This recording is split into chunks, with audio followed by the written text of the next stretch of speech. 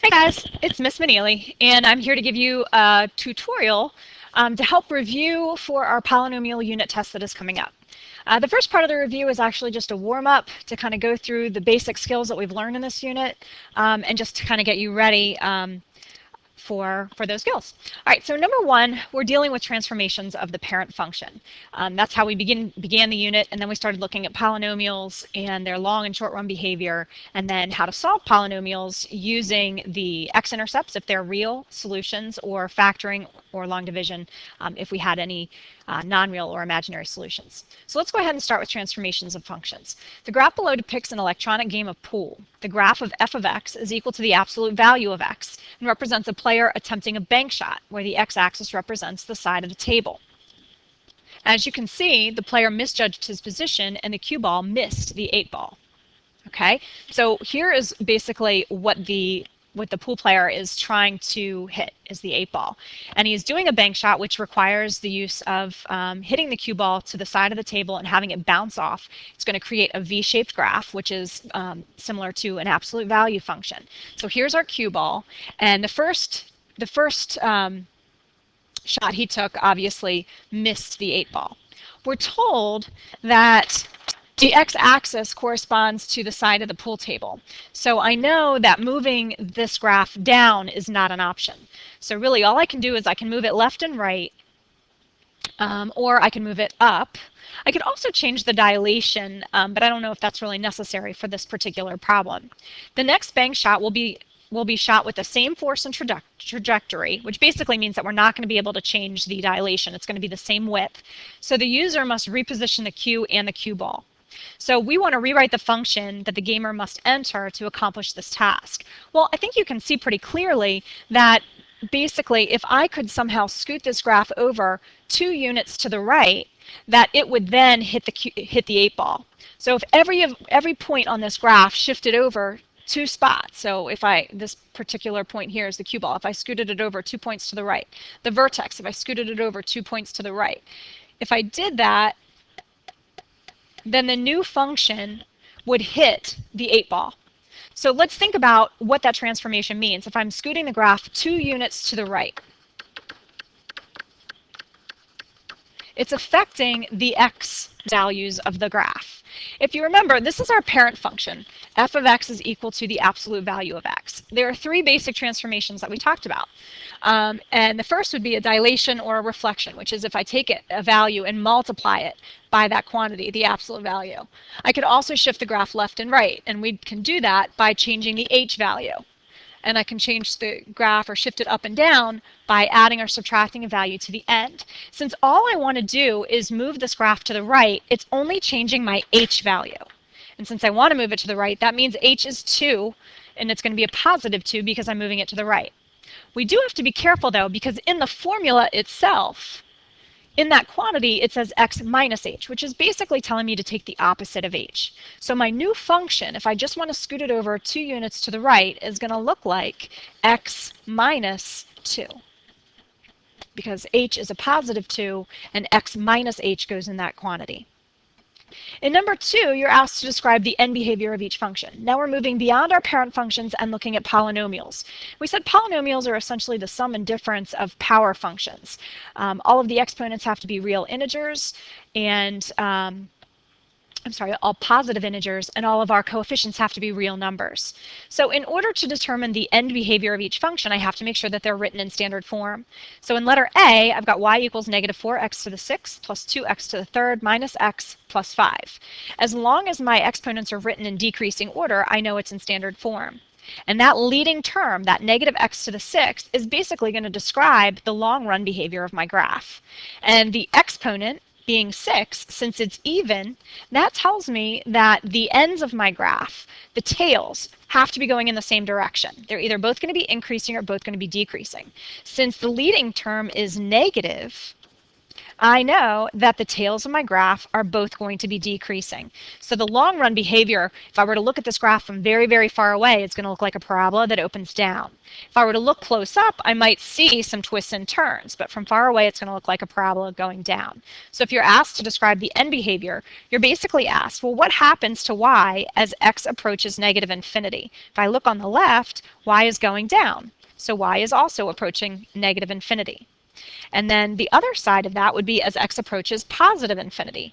Well, y is also still approaching negative infinity because it's going down. So that's what we mean by end behavior. In letter B, I've got 2x squared minus 4x plus 7x to the third minus 1. This is not written in standard form. So to write it in standard form, I want to find the term with the highest exponent. Well, that's going to be 7x to the third. 2x squared comes next, and then 4x, and then my minus 1. So my leading term now is positive 7x to the third.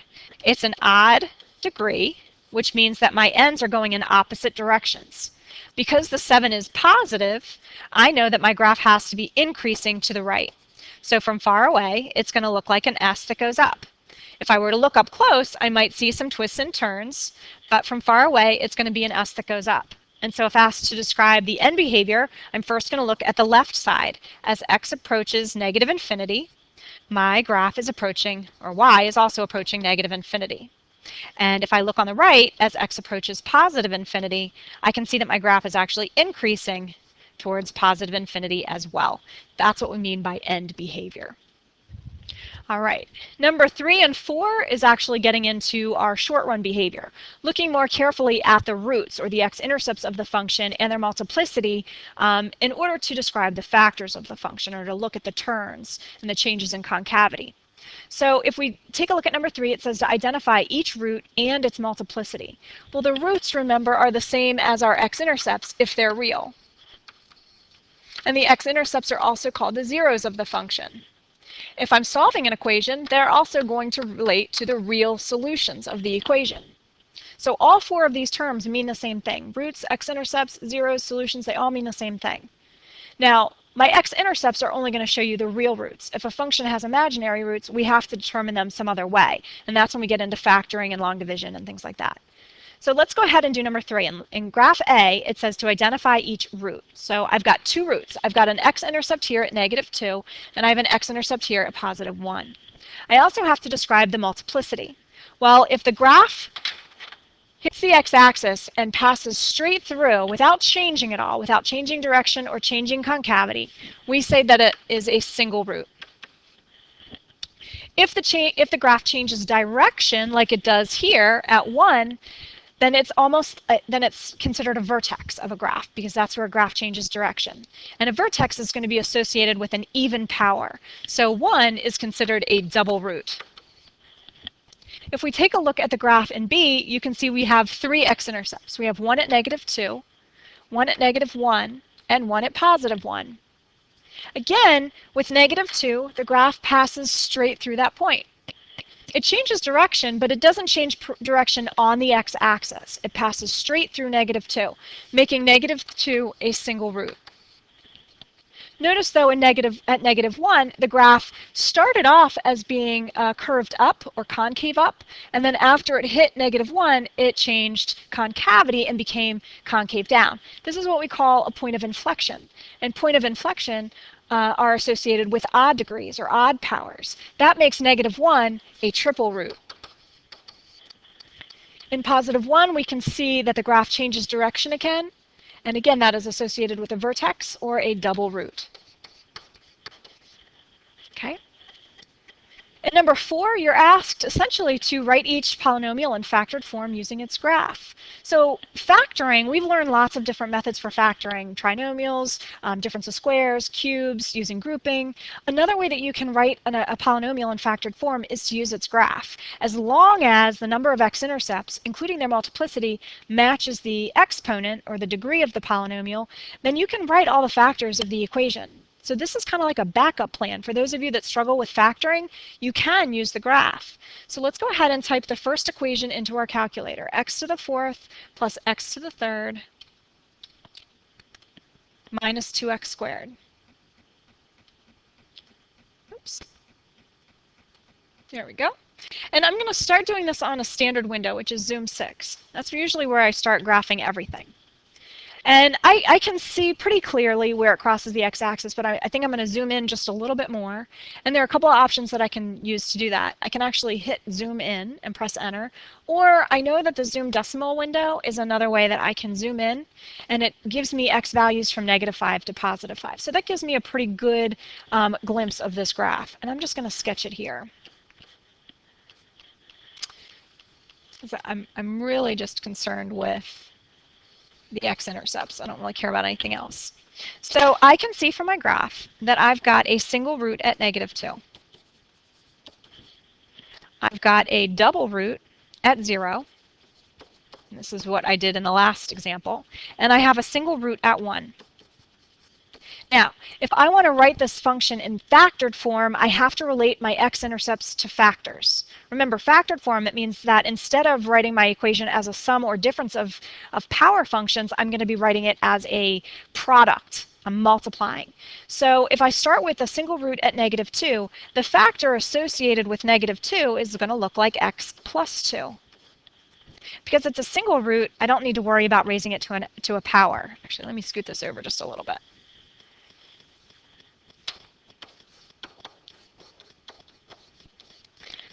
I've got a double root at 0. So when I write that, I can write it as x minus 0. Since it's a double root, I need to square that factor. I've also got a single root at 1, and so that's going to look like x minus 1. Remember, it's always going to be opposite. Since it's a single root, I'm going to keep the power 1, or just leave it blank. Now, you can rewrite this. Since x minus 0 is just x, you can take that x squared and put it out in front.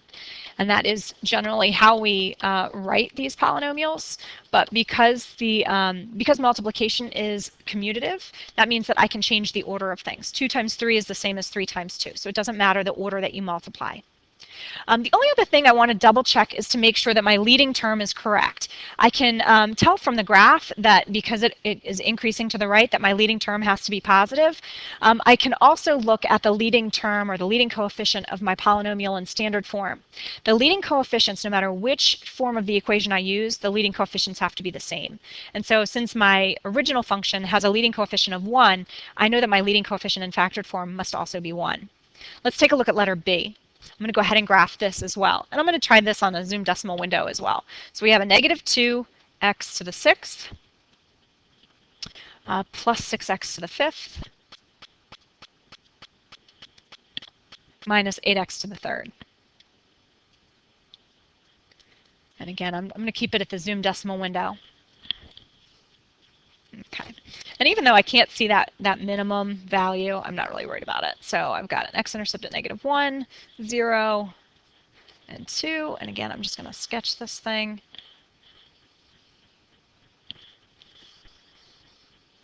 Okay, looks something like that. So I can see that I have an x-intercept at -1. Since the graph passes straight through, I know it's a single root. I have an x-intercept at 0. Since the graph is changing concavity, notice how it's concave up and then concave down. That tells me it's a triple root. And then at 2, I also have a root. Because it's changing direction, I know that it's a double root. So let's go ahead and start writing the factors. If I have an x-intercept at -1, that means x plus 1 is a factor. It's a single root, so I'm going to have a single power. 0 is also a root, so I have x minus 0. It's a triple root, so I need to cube it.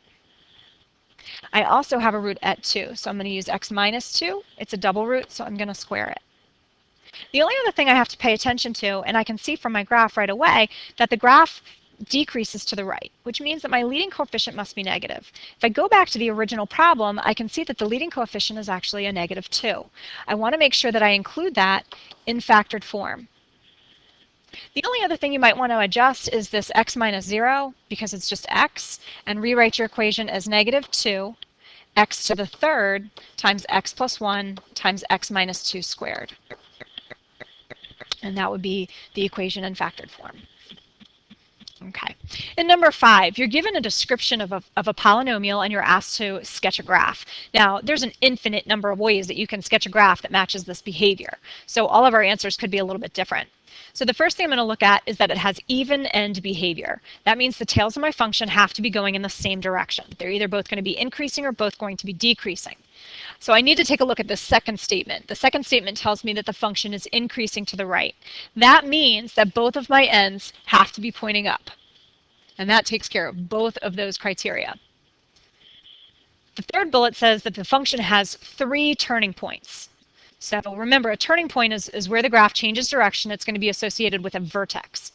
It also says the function has 2 single roots. So I'm going to go ahead and just draw my single roots. Okay, it has to be single. That means that my function must pass through those 2 points, straight through them. It's not going to change direction or change concavity at those points. But I still need to have 3 turning points. That means my graph has to change direction 3 times. So in this case, it's going down. I need it to change direction and go up. It can't hit the x-axis again, so it needs to change direction and go down, and then change direction a 3rd time to go back up.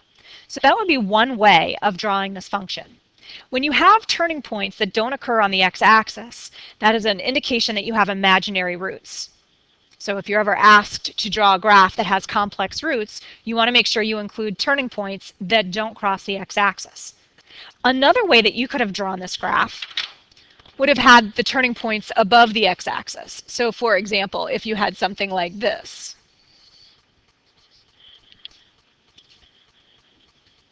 So there are still 3 turning points. There's one here, and one here, but the turns occurred above the x-axis instead of below it.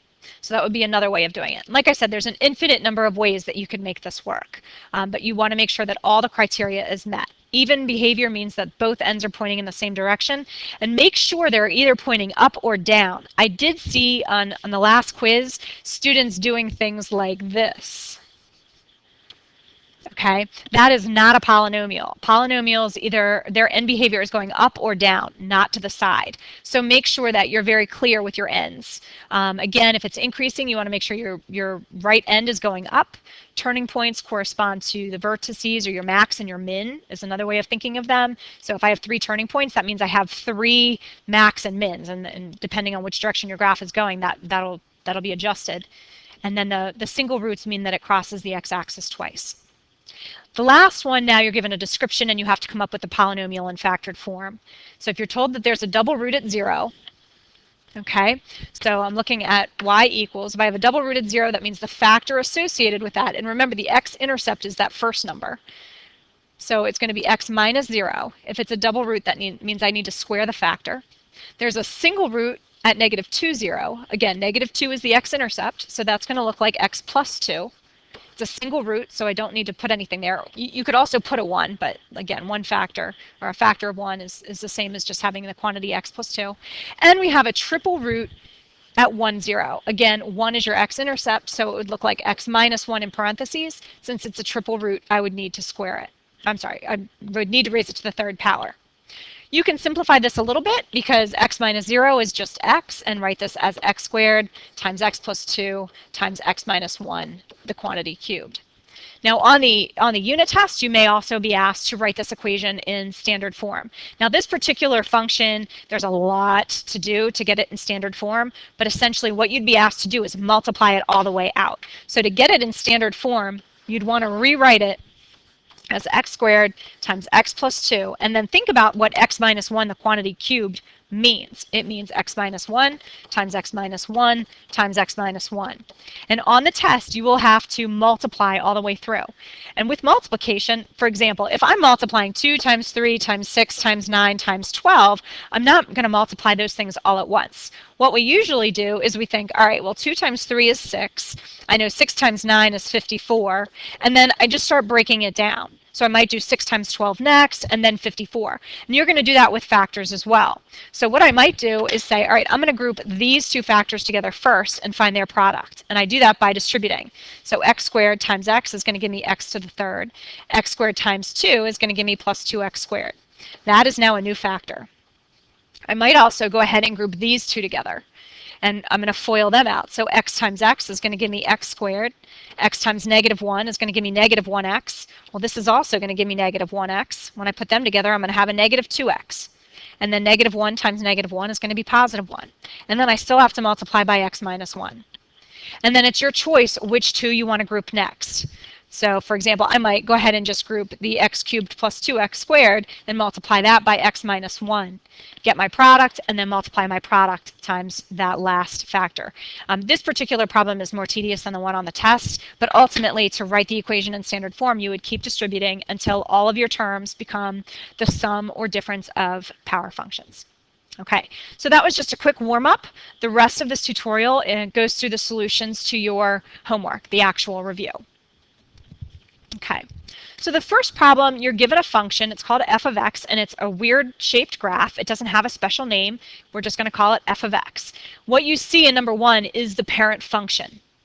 What you're asked to do then is to match each of the transformations to the associated graph.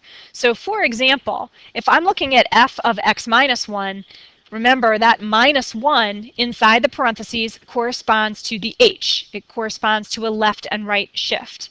In this case, h is equal to a positive 1. That means it's going to be 1 unit to the right that it's going to be shifting. Because remember, h shifts the graph in the opposite direction. So if I'm looking at, and you can pick any point on the graph. So for example, if I'm looking at this point right there, if I shift that point to the right, that means that that point is then going to shift over to have an x-intercept at 6. There's only one graph that does that, and that's letter D. So this is the only graph that would do that. So I know that for this first function, that's got to correspond with D. Let's think about this next one. We've got f of x plus 2. This plus 2 is a k value, and it tells me that we're shifting 2 units up. And so again, if I use this same point here, and I shift it up 2 places, that means that the corresponding point is going to be at the point 5, 2. And so if I look at the possibilities of the graphs that I'm given, there's only one graph that does that, and that's letter A. So I know that this second one is going to correspond to the graph of A. The third one says we're looking at f of x plus 1.5. This time, my h value is going to be a negative 1.5, because remember, it's going in the opposite direction. That means I'm moving left 1.5 units. So if I go back to the same point at 5, 0, that was one of my x-intercepts. If I move that point back 1.5, that's going to place it at 3.5. And so if I look at the different options available to me, there's only one graph that has the x-intercept at 3.5, and that's letter C. Now, even though we know with the process of elimination the last one has to be B, I do want to just double check.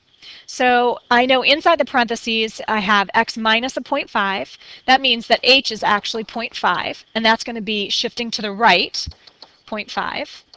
I know my k value is a negative 2.5, which tells me I'm going to be shifting down 2.5. So again, I'm just going to go back to this same point at 5, 0. If I shift it to the right half a unit, that's going to put me at 5.5. And if I shift it down 2.5, that's going to be the point 5.5, negative 2.5. And so if I look for that point, I know that letter B is the only graph that is available. Okay. In number 2, you're given a graph. We just did this in the warm-up. You're given a graph, and you're asked to write the polynomial in factored form to represent the function of the graph. All right, so I can see that I have many x-intercepts here. I've got an x-intercept that looks like that's negative 3, and I can see that it is a single root. I've got an x-intercept at negative 2, and I can see because the graph is changing directions that it is a double root. I can see that I have an x-intercept at 0 because the graph is changing concavity. Here it's concave down, here it's concave up. I can see that it is a triple root. And finally, I have another x-intercept at 1. The graph passes straight through. That is a single root. So if I now translate these x-intercepts and their multiplicity to factors, I'm going to have y equals. All right, so again, we're going to just take what we know about our x-intercepts and their multiplicity and change them into factors. So if I have an x-intercept at negative 3, the corresponding factor is going to be x plus 3. Because it's a single root, I don't need to worry about raising it to a power other than 1. So I can just leave it as it is. I've got an x-intercept at negative 2, and it's a double root. So that's going to translate into a factor of x plus 2. And I need to square it since it's a double root. I've got a triple root at 0. So I can start by doing x minus 0 and raising that to the third power. And I've got a single root at 1, so that's going to look like x minus 1. Again, I don't need to raise it to a power. The only other thing I have to pay attention to is the direction that this graph is going. Notice that on the right, the end behavior is going down. Because this function is decreasing to the right, I know the leading term must be negative. Now, you're not told if it's negative 1 or negative 16, so it doesn't really matter as long as you include the negative there. The only other thing you might want to do is just, if you look at your x minus 0 factor, that is the same thing as having a negative x to the third. And then x plus 3, oops, x plus 2 squared, and x minus 1. Now, I have seen students make mistakes here and do things like, if it's, for example, with the factor or with the x-intercept at -2, knowing that it's a double, what I have seen students do is something like this. That is not the same thing as having a double root at -2, so be careful of that. I've also seen students do things like this, call it 2x squared, and then write the equation in standard form. Again, that is not what we mean by having a double root at -2. So please be careful of those common mistakes that students make. When you're asked to write in factored form, then all of your terms should be multiples. We should be multiplying each term together. In number 3, you're given a description. It says to sketch the graph of a polynomial with the following characteristics. You're told that the graph has even end behavior, so that means that our ends have to be either both going up or both going down. Since the graph increases to the right, I know that both ends have to be going up. So I'm going to start here. Both of my ends are going up now. It says that there is a double root at -2. Well, I'm not really given a scale on my graph, so I can make -2 wherever I want it to be. So if I make it here, and there's a double root there, that means that my graph must turn at that point. Okay, it cannot pass through -2. It has to turn there. It says that there's also, so let me check off that. I took care of the double root at -2. It says that there's also a non-real or an imaginary root. And what that usually references is that I've got to have other turning points that don't occur on the x-axis. So I can do that by simply having my graph turn again without hitting the x-axis. Okay, there's nothing to say that you can't have more than the double root at -2, but this particular graph, and my board isn't calibrated perfectly, but assume that that x-intercept actually does hit the x-axis at -2. That's what this function would look like. So an imaginary root is where you have turning points that do not occur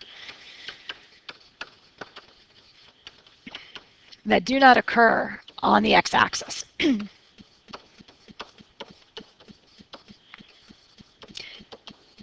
You can't always see them this way, but if you're asked to construct a graph that has imaginary roots, that would be what you'd want to do. It should that there are other turning points that do not occur on the x-axis. All right, in number 4, you're asked to do some various factoring methods. So in this case, the first thing in factoring that you always want to do is look for something in common to pull out. And so in letter A, I can see that both of those terms involve an x. So I know I can factor an x out. I also can see that both numbers are even, which means that I can factor a 2 out. And so when I'm factoring out, I need to think about what's left. So I'm dividing out 2x from 2x to the 5th. The 2's are going to cancel, and I'm still going to have 4 factors of x left. With the 162, we can use our calculator. 162 divided by 2 is 81. And so I'm going to have minus 81. And again, since I factored out the x, I'm not going to have an x there anymore. So now I'm interested in that quantity x to the 4th minus 81. Because I still have a power associated with my x, I want to think if I can break it down any further. Well, remember, you're going to count the terms now. I've got 2 terms. They're both perfect powers. They're both perfect squares, I'm sorry. And so in this case, because I'm subtracting, I can use my difference of squares pattern. The difference of squares pattern, remember, if we have a squared minus b squared, that's the same as a minus b times a plus b. Well, to figure out a and b, I've got to take the square root of each of these terms. And I've been doing that on the side. So for example, the square root of x to the 4th is going to be x squared. So my a is going to be x squared. And the square root of 81 is going to be my b term, which is 9. I'm not going to worry about the minus because it's taken care of in my formula. So now when I rewrite it, I'm going to keep the 2x. That's going to stay hanging out in front. But my x to the 4th minus 81 is now going to be broken down into 2 factors. And it's going to look like this pattern, where I have a minus b, which is going to be, in this case, x squared minus 9, and a plus b, which in this case is going to be x squared plus 9. Now I still have the x squares, so I do want to take a second look and see if there's anything more that I can do. Well, the x squared minus 9, notice x squared and 9 are still both perfect squares, and because I'm subtracting, I can follow the difference of squares pattern again. This time my a value is simply going to be x, and my b value is going to be 3. So this time my a value is x, and my b value is 3. Now I cannot simplify the second set or that second binomial, x squared plus 9, because I don't have a formula for the sum of squares. I do for cubes, but not for squares. So the only other term that I can reduce would be this x squared minus 9. So I'm still going to bring down the 2x. The x squared minus 9 now becomes x minus 3 and x plus 3.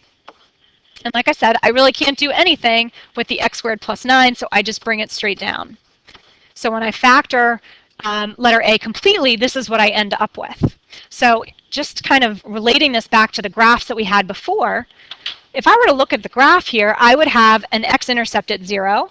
I would have an x-intercept at positive 3. I'd have an x-intercept at negative 3. And this quantity here is going to relate to 2 imaginary roots. Remember, our roots are going to correspond to the zeros of the function. So if I set this function equal to 0, it would be the same thing as me taking this quantity, x squared plus 9, setting it equal to 0, and then solving for x. This is the zero product property. When I multiply things together and I get 0, one of those things has to be 0. So it could be the x squared plus 9. So let's solve for x. If I subtract 9, I get x squared equals negative 9. To continue, I would take the square root of both sides, and that gives me x equals, don't forget to do plus or minus. When I try to take the square root of negative 9, I'm going to get an error on my calculator, and that's because it's imaginary. The square root of 9 is 3. The square root of negative 1 is I. So the other solutions to this are going to be a positive 3i and a negative 3i. So there are 5 solutions, but 2 of them are going to be imaginary. If you were to graph it, you're only going to see 3 x-intercepts. In letter B, we've got 5x to the 3rd plus 625. So again, the very first thing you want to look for is something in common. A lot of students forget to factor out the greatest common factor first. But I can see that since both of those numbers end in 5, both of them are divisible by 5. And so what I want to do is factor out a 5. That leaves me with x cubed plus, if I take 625 and divide by 5, I get 125. Okay? Now, you were told that you were expected to remember certain perfect powers, and one of the perfect powers you should recognize is 125. It is a perfect cube, and so that means that the pattern that I see inside my parentheses, x to the 3rd plus 125, is what we call the sum of cubes. And so that formula, which looks like this, can be factored into a plus b times a squared minus ab plus b squared. But I've got to figure out the roots. I've got to figure out a and b, which means I need to take the cube root of x cubed. Well, the cube root of x cubed is just going to be x. So my a value is just x. The cube root of 125, which is going to be my b value. Now to do your cube root, notice if you don't have that memorized and you have to figure out what your cube root is, notice there's no button on the calculator face that has a cube root. There's a square root above the x squared button, but not a cube root. So in order to do that, you have to go to the math button and notice option 4. Option 4 will allow you to do a cube root, and you can type in 125. And you'll find that the cube root of 125 is 5. But again, this is something that you are expected to know. So now that I've broken it down, when I'm asked to factor, the 5 out front does not disappear. I'm going to keep that. But now I need to break down that sum of cubes, and I'm going to use this formula. So in my first set of parentheses, I need a plus b. Well, I decided that a is x and b is 5, so it's going to be x plus 5. And then in the second set of parentheses is my trinomial, a squared, which is going to correspond to x squared. This time I'm doing minus ab, which is 5x, and then plus 5 squared. And you want to actually write 25. You don't want to write it as 5 squared. Okay. And so the other thing you want to remember when we're dealing with perfect cubes is that this quantity is prime. So we can't take it any further. In letter C, we've got x to the 6th minus 1. Now, x to the 6th right off the bat may not look like it's a perfect anything, but x to the 6th is actually both a perfect cube and a perfect square. And so you could actually use either formula. I'm going to go ahead and use the perfect square formula because I think it's a little bit easier. So if I think of x to the 6th as a perfect square, that means 6 is divisible by 2, I would label my a as x cubed. My b then would be the square root of 1, which is just 1.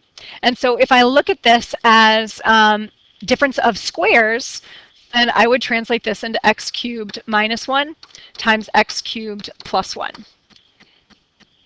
And now both of those terms are perfect cubes, and so I can use my perfect cube formulas to reduce them both.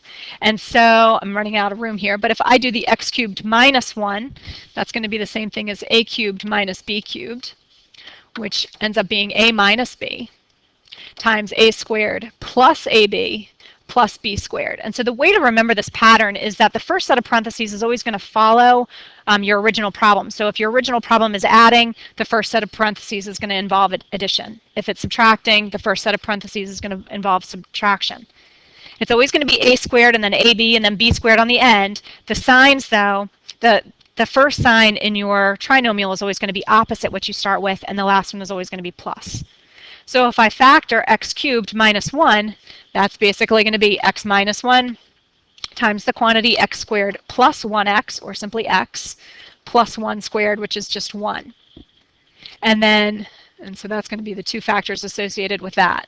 If I have x cubed plus 1, then I have x plus 1 times the quantity x squared minus x plus 1.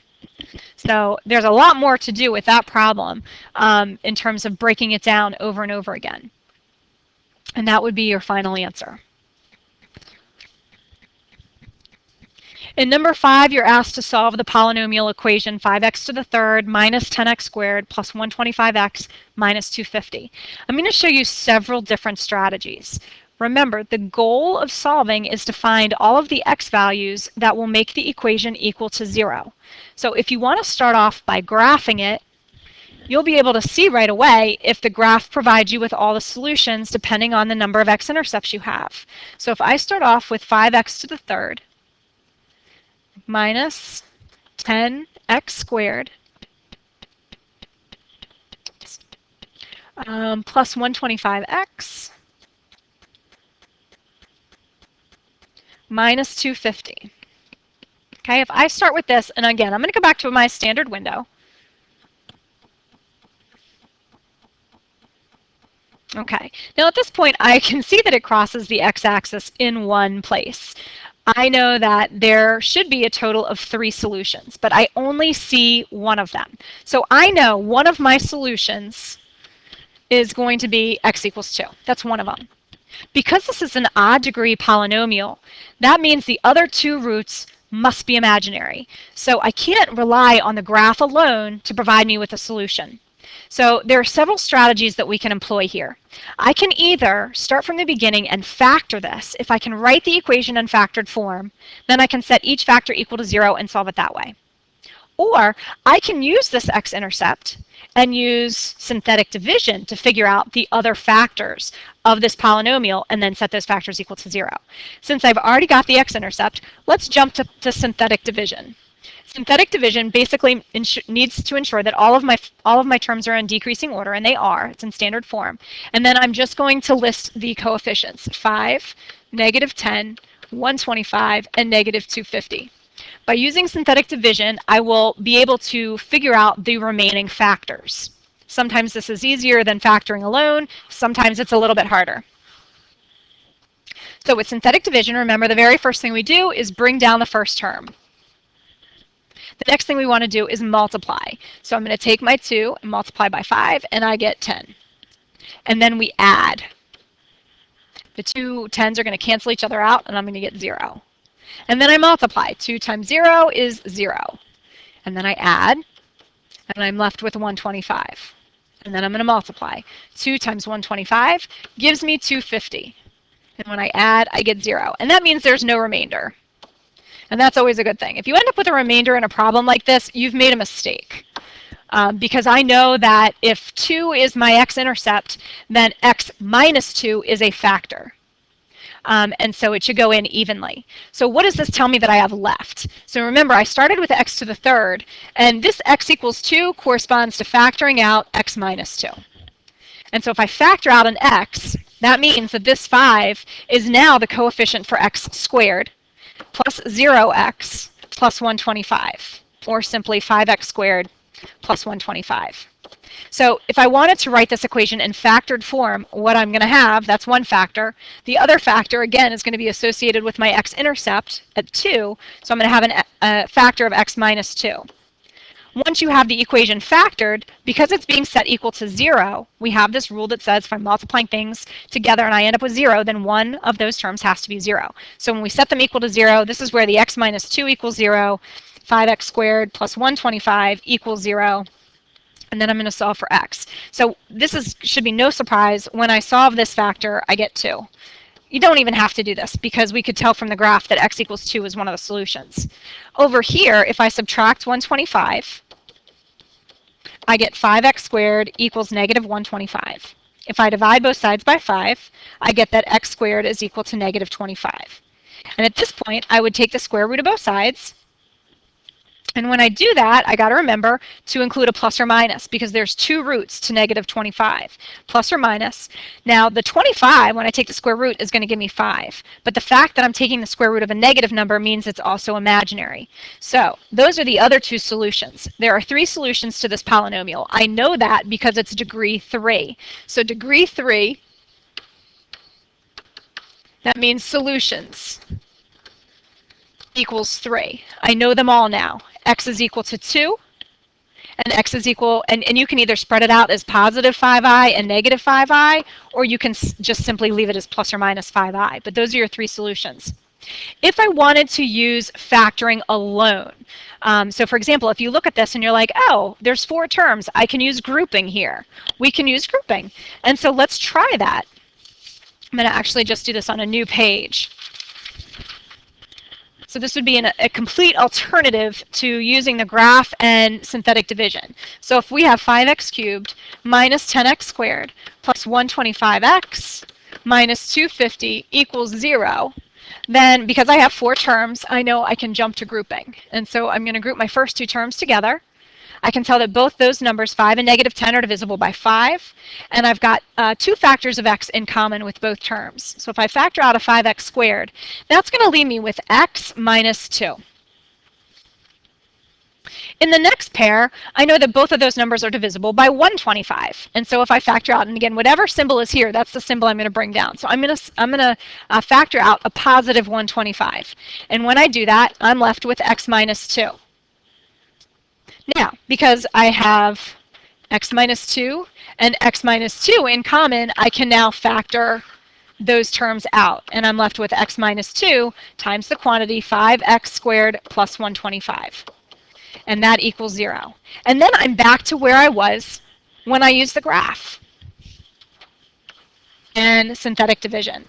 So synthetic division is just an alternative to factoring, but you need to know what one of the x-intercepts is to get started.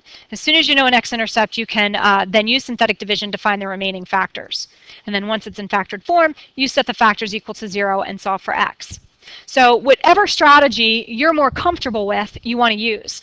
Now remember, though, that not all polynomials can be factored, or factored nicely, I should say. So synthetic division or long division may be required in order to solve. Okay, in number 6, you're again given a description of a polynomial. And then you're asked to write the polynomial in factored form and in standard form. So the standard form is tedious because you have to multiply it all the way out. But let's go ahead and start with what we're given. It says a polynomial function has a real 0 at negative 1.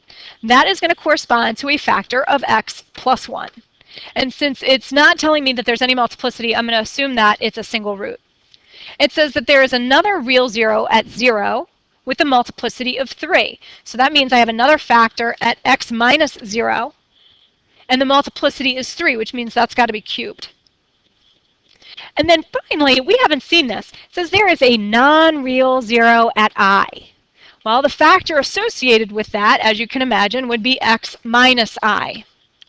Now, what you need to remember is that if I have a non-real solution at I, that means I also have one at negative I. Every imaginary or complex or non-real root, whatever you want to call it, is going to have a partner, and its partner is going to be its complex conjugate. So for example, if I tell you that 3 plus 2i is a root to a function, well, 3 minus 2i must be as well. And so if you wanted to write it as a factor, this is where it gets really complicated, you would write it as x minus the quantity, or x minus this quantity, and then it would actually be these huge quantities. We're not going to go there, but that's what it would look like. Okay, so if I know that I is a root, I also know that negative I is a root, and so I also need to include that other factor, even though it's not explicitly stated in the problem. And so if I rewrite this, I'm going to end up having to write it in standard form anyway. For example, I know that x minus 0, the quantity cubed, is just going to be x cubed. Let me go ahead and do my y equals here. I've got a factor at x plus 1, and then I've got the x minus I and the x plus I. And now I'm asked to write it in standard form, which means I need to multiply it out. Well, you're not going to multiply everything out all at once. You're going to group it. So I'm going to multiply those two terms together, and I'm going to multiply those two terms together. And then I'm going to multiply their products in a minute. So let's start with x to the third times x plus 1. I'm going to distribute. That's going to give me x to the fourth plus x third. It's still a factor. In the second group, when I FOIL or distribute, I'm going to have x times x, which is x squared. I'm going to have x times I, which is a positive ix. I'm going to have a negative I times x, which is a negative ix. And then this is going to give me a negative I squared. Okay? Let me simplify this quantity before we continue. So I'm going to keep the x to the fourth plus x cubed. That's not going to change. And with the x squared, there's nothing I can combine it with. But notice that the plus ix and the minus ix, those are going to cancel each other out. And if we think about what negative I squared is, let's remember I squared is simply negative 1. So I'm taking the opposite of negative 1, making it a positive 1. And so negative I squared is the same thing as 1. And so once I've multiplied, now this isn't so bad. I've got x to the fourth plus x to the third times the quantity x squared plus 1. And I can just distribute again or use the FOIL method. X to the fourth times x squared is going to leave me with x to the sixth. X to the fourth times 1 is going to leave me with plus x to the fourth. I'm going to have x to the third times x squared. And I'm going to have, that's going to give me a total of x to the fifth, 5 factors of x. And then lastly, x to the third times 1 is just going to leave me with x to the third. Now, if you're asked to write it in standard form, then your terms must be in order. And so my final answer is going to be x to the sixth plus x to the fifth plus x to the fourth plus x cubed. And that would be the equation in standard form. One way that you can check that you've done it correctly is to graph both your equation in, let's see, in factored form times, actually, it's going to be hard to do it. Never mind, take that back. Well, actually, if I go ahead and graph this, if I do x to the sixth plus x to the fifth plus x to the fourth plus x to the third. If I graph this on a standard window, remember we said that there had to be a real root at negative 1 and a triple root at 0. So it's kind of hard for me to see what's going on between negative 1 and 0. This time I'm actually going to use the zoom in option. So if I use zoom and then choose 2, if I press enter, my calculator will zoom in a little bit better into that area.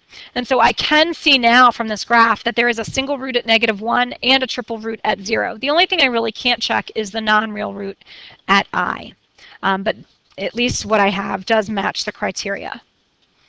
All right, we're almost done. In number 7 it says, suppose the area of a rug is 10x squared plus 3x minus 18. If we know the length of the rug can be represented by the expression 2x plus 3, we want to determine the width of the rug. Well, if I have a rectangle and I tell you the area is 12 and I tell you that the length of this side is 3, you can figure out the width simply by taking 12 and dividing it by 3, and you know that's going to be 4. I can do the same thing here. I'm just going to take 10x squared plus 3x minus 18, and I'm going to divide it by my quantity 2x plus 3. And I'm going to use long division here. In this case, I can't use synthetic division because the term that I'm dividing by isn't simple. It's not x plus 3 or x minus 3. It's got that coefficient in front, which complicates things. So what I want to do now is think how many times, or what do I need to multiply 2x by to get 10x squared? Well, I need a 5 and an x, and I'm going to put that above this term since it's the second term. And then I'm going to multiply through. That's going to give me 10x squared, and then 5x times 3 gives me 15x. The next step with long division is to subtract. The 10x squareds are going to cancel, and that's ultimately going to leave me with negative 12x minus 18. Now I'm thinking, what do I need to multiply 2x by to get negative 12x? I need a negative 6. And if I multiply through, I'm going to get a negative 12x minus 18. And because the next step now is to subtract, that means I'm changing the sign of each of these terms, and I have 0 remainder. So that means the term that is left is 5x minus 6. If you get a remainder, then you've made a mistake in this problem. Okay, in this last problem, you're asked to use synthetic division. This time you're given the factor. Remember, with synthetic division, you need the x-intercept. And the x-intercept in this case is going to be a positive 1. That's the number that goes on the shelf. I want to make sure that I list all my coefficients in decreasing order and replace anything with a 0 if I have a term missing. So that means that my coefficients are 3, negative 1, and negative 1. I'm going to bring the 3 down, and then I'm going to multiply. 1 times 3 is 3. And then I'm going to add. Negative 1 plus 3 is 2. I'm going to multiply, and then I'm going to add, and then I'm going to multiply. And notice when I add, I have no remainder.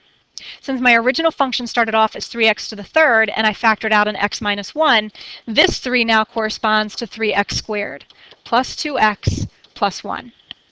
So right now, my function looks like this. If I'm writing it in factored form, I'm going to have x minus 1 times the quantity 3x squared plus 2x plus 1. Now, I want to check to see if that trinomial can be factored any further. And this is where we use the product sum method. But this time I want to use the 3 times 1. So I'm looking at 3 and looking at numbers that multiply to give me 3 and add to give me 2. Are there any numbers that do that? The only factors of 3 are 1 and itself. And neither one of those are going to add to give me 2. So I have now written my equation in factored form. It's as far as I can go. If I want to state the x-intercept, well, we already determined that in order to do the synthetic division. I know the x-intercept is equal to 1. Another way that you can double check that you've gotten all the x-intercepts is to graph the original function, to graph this, and just to look to see if there are any other x-intercepts. If there are, then you probably need to continue factoring that trinomial. But in this case, you can't, so I'm going to go ahead and call that y. All right, so I hope this tutorial was helpful. Good luck. If you have any questions, come on in for Bulldog Block.